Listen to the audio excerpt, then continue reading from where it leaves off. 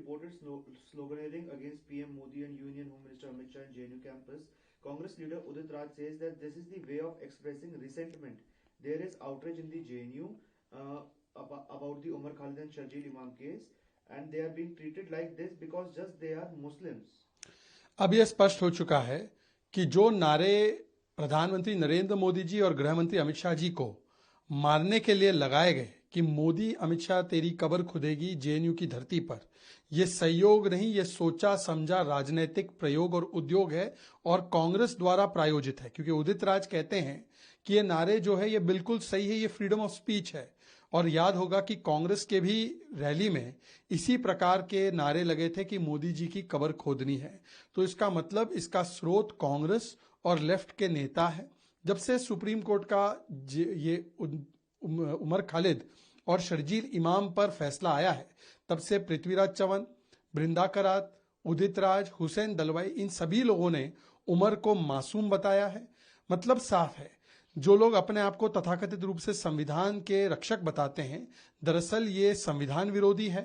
ये टुकड़े टुकड़े गैंग और अर्बन नक्सलियों के साथ खड़े होने वाले लोग हैं और ये एक व्यक्ति के विरोध में देश विरोधियों के साथ खड़े होकर देश विरोधी नारे भी लगाते हैं। और ये पहली बार नहीं है, अफजल के लिए भी नारे इन्होंने ही लगाए, याकूब मेनन की पैरवी भी इन्होंने ही की। जो नक्सली मारे जाते हैं तो उनको शहीद बुलाने का काम भी यही करते हैं। जब सीआरपीएफ के जवान हताहत होते हैं किसी नक्सली हमले में, तो उसको भी सेलिब्रेट करने का काम यही इकोसिस्टम करता है। तो ये देश के प्रधानमंत्री को मारने की और आतंकियों का महिमा मंडन करने वाली अर्बन नक्सलियों वाली कंपनी है। These people who have chanted the slogan of death to Prime Minister Modi and Amit Shah ji that their graves will be dug. This is not a slogan which is out of coincidence or sanyog. It is a organized and a prayog that has been done by Congress party because Congress leaders, left leaders are justifying the slogan in the name of freedom of speech. Mr. Udit Raj and other leaders have come out in staunch support of this. And recently we have seen that in Congress program itself, such slogans were used, Modi teri kabar khudegi, aaj nahi to kal khudegi. So the single source of these slogans of death threats to Prime Minister Modi and Amit Shah ji is coming from Congress, and Congress has given 150 bad words and threats to the Prime Minister of the country. They say that they are संविधान के बचाव करने वाले संविधान रक्षक, but actually they are संविधान विरोधीज, and in party विरोध, in विरोध of BJP, they are also amenable to doing Desh Virod, and they stand with the urban Naxali Tukde Tukde gang, and that is why they have stood with Afzal Guru, they have stood with Yaqub Memon, they have stood with Naxalites and called them Shaheed. When the CRPF Jawans are killed, they are distributing the sweets. So this is an urban Naxal anti-India gang which is sponsored by Congress and by the left. Berated, derided and attacked Sanatan Dharm. Piyush Goyal said this on Madras High Court's verdict on Deepathun issue. See, it is a big victory for the devotees of Murugan. It is a big victory for the Hindu faith. It is a big victory for the Hindu devotees. Unfortunately, in Tamil Nadu, we have a government which is anti-Hindu, anti-Sanatan, anti-Lord Murugan, anti-Kartikeya.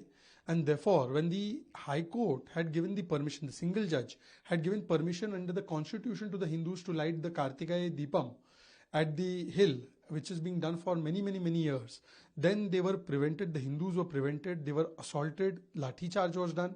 And in fact, to intimidate the judiciary, the impeachment motion was brought by the DMK, by Uddhav Sena, Congress and other leaders. And now the division bench has upheld the order of the single judge.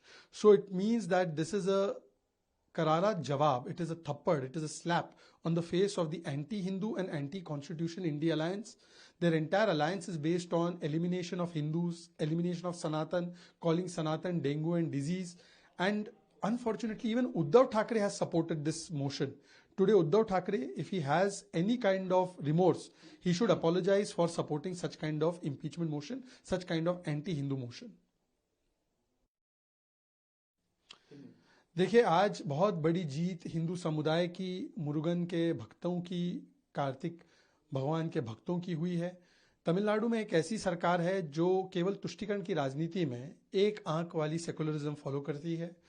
उन्होंने जिस प्रकार से single जज का order आने पर हिंदुओं को दीपक जलाने का भी अधिकार नहीं दिया, उन्होंने जिस प्रकार से वहां पे दरगाह को तो सारे अधिकार दे दिए, ये दिखाता है कि इनकी एंटी हिंदू माइंडसेट थी।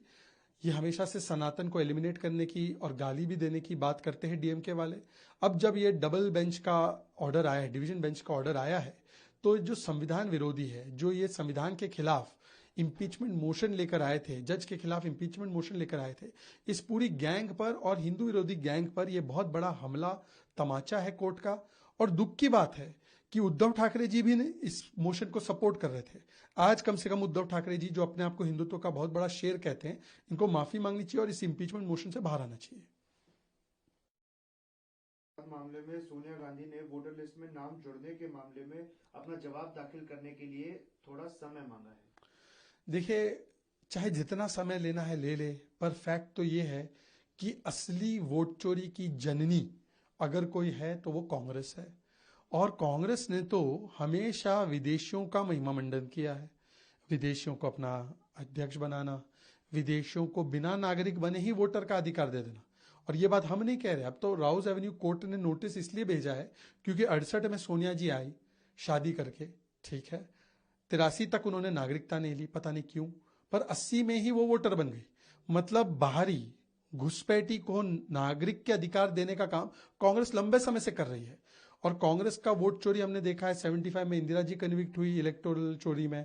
हमने देखा है कि किस प्रकार से कांग्रेस ने 87 में भी वोट चोरी की जम्मू कश्मीर के चुनाव में, ईवीएम आने से पहले बूथ की चोरी करते थे। तो ये वोट चोरी, ये खानदानी वोट चोर है। पर अब जब इलेक्शन ट्रांसपेरेंटली और इंडिपेंडेंटली होता है तो ये गलत आरोप लगाते हैं।